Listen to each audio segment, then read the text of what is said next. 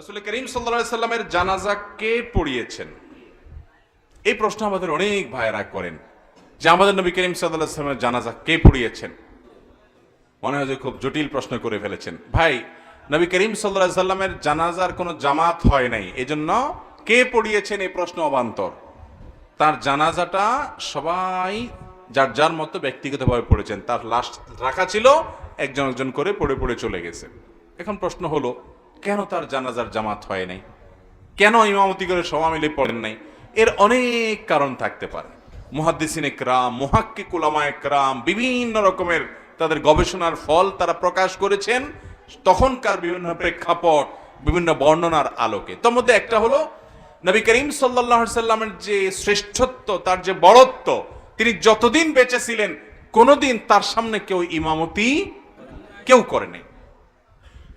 তিনি অসুস্থ হয়ে গেছেন যখন, দুজন সাহাবীর কাঁধে ভর করে যখন মসজিদে নববীতে আসছেন, আলী এবং আব্বাস রাদিয়াল্লাহু তাআলা আনহু কাঁধে ভর করে, পায়ে হাঁটার শক্তি নেই, তাদের শরীরে ভার ছেড়ে দিয়ে পাও টানতে টানতে আসছেন, ইমামতি করার শক্তি নাই। ইশারা দিয়েছেন আবু বকরকে নামাজ পড়ানোর জন্য। আবু বকর রাদিয়াল্লাহু তাআলা আনহু নামাজ পড়াতে পারেন না, যে নবীজির সামনে কিভাবে ইমামতি করবে। আম্মা জান আয়েশা রাদিয়াল্লাহু তাআলা সুপারিশ করছেন, ইয়া রাসূলুল্লাহ, আমার বাপ নরম মনের মানুষ, আপনার সামনে ইমামতি করতে পারবে না, আপনাকে এত শ্রদ্ধা করে। তো নবী করিম সাল্লাল্লাহু আলাইহি ওয়াসাল্লাম নিজেই ইমামতি করেছেন। তার জীবদ্দশায় সে ইমামতি করে নাই তার সামনে, এই জন্য তার লাশের ইমামতি করার হিম্মত কেউ করেন নাই। সাহাবা একরাম সিঙ্গেল পড়েছেন।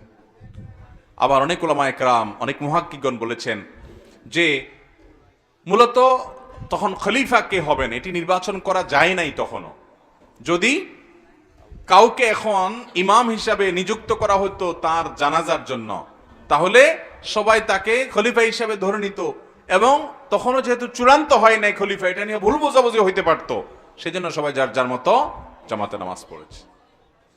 আর অনেক কারণ আছে নবী সাল্লাল্লাহু আলাইহি সাল্লামের বড়ত্বের কারণে, যে তার সামনে জানাজা দিয়ে সবাই আপনার নামাজ পড়বে, ইমামতি করবে কেউ, এই সাহস কারোর হয় নাই তার বড়ত্বের কারণে, এই জন্য আলাদা আলাদা নামাজ হয়েছে। কিন্তু এটা ঠিক ঐতিহাসিকভাবে সুপ্রমাণিত যে নবী করিম সাল্লাল্লাহু আলাইহি সাল্লামের জানাজার জামাত হয় নাই।